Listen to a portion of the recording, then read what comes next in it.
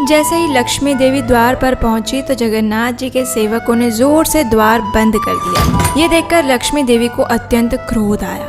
अपने इस अपमान का बदला लेने के लिए उन्होंने जगन्नाथ जी का रथ तोड़ दिया।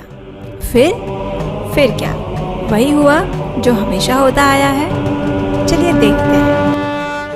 रथ यात्रा के पिछले भाग में हमने देखा कि बीमारी से स्वस्थ होने के बाद जगन्नाथ जी अपने बड़े भैया बलराम जी और सुभद्रा जी के साथ नगर भ्रमण करने जाने का निर्णय करते हैं। उसके लिए वे लक्ष्मी देवी से आज्ञा भी मांगते हैं और 2 दिन में वापस आने का वचन देकर अपनी मौसी माँ गुंडीचा के घर पहुँच जाते हैं। 2 दिन पूरे हो चुके हैं, लेकिन अभी तक जगन्नाथ जी के वापस आने की कोई खबर नहीं है। लक्ष्मी देवी बार बार द्वार पर जाकर प्रतीक्षा कर रही है, लेकिन ना तो जगन्नाथ जी दिख रहे हैं और ना ही उनके कोई सेवक। 3 दिन बीत गए और अब 4 दिन पूरे हो गए हैं। लक्ष्मी जी के धैर्य का बांध अब टूट रहा है।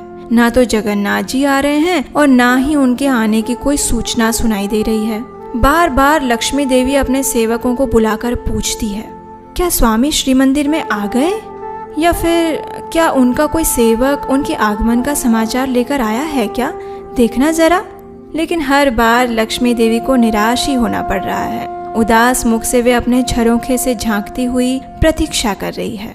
आज 5वां दिन हो गया, लेकिन जगन्नाथ जी नहीं आए। अब लक्ष्मी जी की उदासी का स्थान उनके क्रोध ने ले लिया। उन्होंने सोचा, बस अब बहुत हो गया। 2 दिन का वचन देकर गए थे और आज 5वां दिन है। कितना गैर जिम्मेदार व्यवहार है ये। क्या उनके वचन की इतनी ही कीमत है? और मैं, क्या मेरा कोई महत्व नहीं है उनके जीवन में? कोई बात नहीं, मैं आज उन्हें बताती हूँ कि वचन देकर उसे पूरा ना करने का क्या परिणाम होता है। इतना सोचकर लक्ष्मी देवी ने अपने सेवकों को बुलाया और आदेश देते हुए कहा, सेवकों, इसी समय मेरी पालकी तैयार करवाइए। सभी सेवकों को साथ लीजिए और हम इसी क्षण गुंडीचा मंदिर जाने के लिए प्रस्थान करेंगे। लक्ष्मी देवी का आदेश पाते ही उनके सेवकों ने सारी तैयारियां शुरू कर दी। लक्ष्मी जी के लिए एक विशेष पालकी तैयार करवाई गई। उन्हें सजाया गया और अपने संपूर्ण ऐश्वर्य और ठाठ के साथ लक्ष्मी देवी पालकी में बैठकर गुंडीचा मंदिर जाने के लिए निकल गई। मार्ग में उनके आगमन से पूर्व उनके सेवक ढोल, मृदंग, शंख इत्यादि वाद्य यंत्र बजाते हुए जा रहे थे। जैसे ही लक्ष्मी देवी गुंडीचा मंदिर पहुंची तो उनके आगमन का समाचार जगन्नाथ जी को मिल गया। जगन्नाथ जी के एक सेवक ने उनके पास जाकर कहा, स्वामी, माता लक्ष्मी आई है और कुछ क्रोध में भी दिखाई दे रही है। ये सुनकर जगन्नाथ जी को अचानक याद आया अपना वचन जो उन्होंने लक्ष्मी देवी को दिया था। आखिर जगन्नाथ जी को बड़ा दुख हुआ, लेकिन अब क्या करें, भूल तो हो गई। अब अपनी पत्नी को मनाने के सिवा और कोई उपाय भी नहीं था। लेकिन उनके सामने जाए तो जाए कैसे, और वो भी ऐसे समय में जब लक्ष्मी देवी इतने क्रोध में थी। कहीं श्राप दे दिया तो फिर से? नहीं, जगन्नाथ जी ने सोचा, इस समय उनके समक्ष जाना ठीक नहीं। जब उनका क्रोध शांत हो जाएगा फिर देखेंगे। अब इधर लक्ष्मी देवी की पालकी जैसे ही गुंडीचा मंदिर के आंगन में पहुंची तो जगन्नाथ जी के सभी सेवक गण वहां एकत्रित हो गए। उन्होंने देखा, अरे लक्ष्मी देवी अत्यंत क्रोध में हैं और बस मंदिर में प्रवेश करने ही वाली है। और तभी जगन्नाथ जी के सेवकों ने मंदिर का द्वार जोर से बंद कर दिया। ये देखकर लक्ष्मी देवी को अत्यंत क्रोध आया। उन्होंने सोचा, स्वामी, आप यहाँ मेरे बिना ही अपने बड़े भैया और बहन सुभद्रा के साथ बड़े सुख पूर्वक रह रहे हैं। आपने मुझे वचन दिया था कि आप 2 दिन में वापस आ जाएंगे, लेकिन आज 5 दिन हो गए हैं और आपको इस बात का थोड़ा भी विचार नहीं आ रहा है कि मैं आपकी प्रतीक्षा कर रही होंगी। कोई बात नहीं, जैसी आपकी इच्छा, अब आप यहीं पर रहिए। ये सोचकर लक्ष्मी देवी ने अपने इस अपमान का बदला लेने के लिए अपने सेवकों को एक भयंकर आदेश दिया। उन्होंने कहा, ये रहा मेरे स्वामी का रथ नंदी घोष, जाओ उसे तोड़ दो। और लक्ष्मी जी के सेवकों ने भी अपनी स्वामिनी का आदेश पालन करते हुए जगन्नाथ जी का रथ तोड़ दिया। और वहाँ जगन्नाथ जी के सेवकों और लक्ष्मी देवी के सेवकों के बीच में थोड़ी मार पिटाई भी हो गई।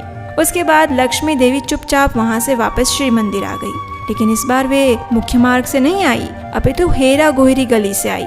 उड़िया भाषा में हेरा का अर्थ होता है देखना। जब लक्ष्मी देवी अपने पति जगन्नाथ जी को देखने के लिए 5वें दिन आती हैं, तो उसे हेरा पंचमी का उत्सव कहा जाता है। अब 7वें दिन गुंडीचा मंदिर में जगन्नाथ जी, बलदेव जी और सुभद्रा जी का संध्या दर्शन किया गया। सभी भक्तों ने उसमें उत्साह पूर्वक भाग लिया और जगन्नाथ जी के दर्शन किए। 8वें दिन तीनों भाई बहन के रथों को वापस श्री मंदिर जाने के लिए दक्षिण दिशा की ओर मुख करके रख दिया गया और 9वें दिन ये रथ वापस श्री मंदिर जाने के लिए तैयार हो गए। जगन्नाथ, बलदेव और सुभद्रा जी ने माता गुंडिचा से वापस जाने की आज्ञा ली, उन्हें प्रणाम किया और वापस अपने रथ पर आरूढ़ हो गए।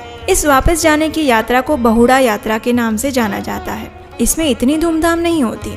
अब देखिए, बलदेव जी और सुभद्रा जी का रथ तो सीधा सिंह द्वार तक आ जाता है, लेकिन जगन्नाथ जी सिंह द्वार जाने से पहले गजपति राजा के महल के द्वार पर कुछ देर खड़े रहते हैं और उसी समय लक्ष्मी जी के सेवक ये सूचना जाकर लक्ष्मी देवी को देते हैं। ये सुनकर लक्ष्मी देवी मन ही मन प्रसन्न होती है।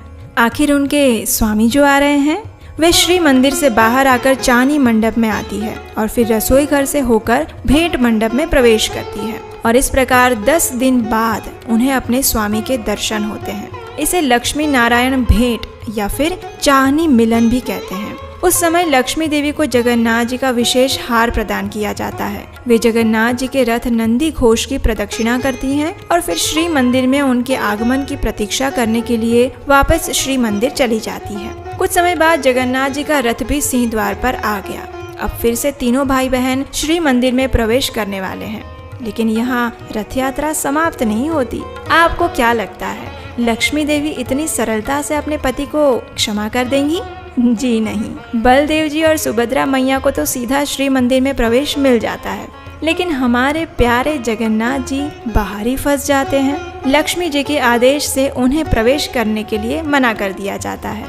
जगन्नाथ जी हाथ जोड़कर लक्ष्मी देवी से प्रार्थना करते हैं। उनके सेवक भी क्षमा याचना करते हैं, लेकिन लक्ष्मी देवी नहीं मानती। आखिर थक हार कर जगन्नाथ जी लक्ष्मी देवी को प्रसन्न करने के लिए बड़े बड़े रसगुल्ले और फूलों की माला लेकर उनके पास आते हैं, उनसे क्षमा याचना करते हैं और तब जाकर लक्ष्मी देवी प्रसन्न होती है। आखिर पति पत्नी की इस मीठी नोकझोंक समाप्त हो जाती है और जगन्नाथ जी के लिए श्री मंदिर के द्वार खोल दिए जाते हैं। तो यह है संपूर्ण रथ यात्रा उत्सव की कथा। ये कथा आपको कैसी लगी, ये हमें नीचे कमेंट बॉक्स में लिखकर जरूर बताइए।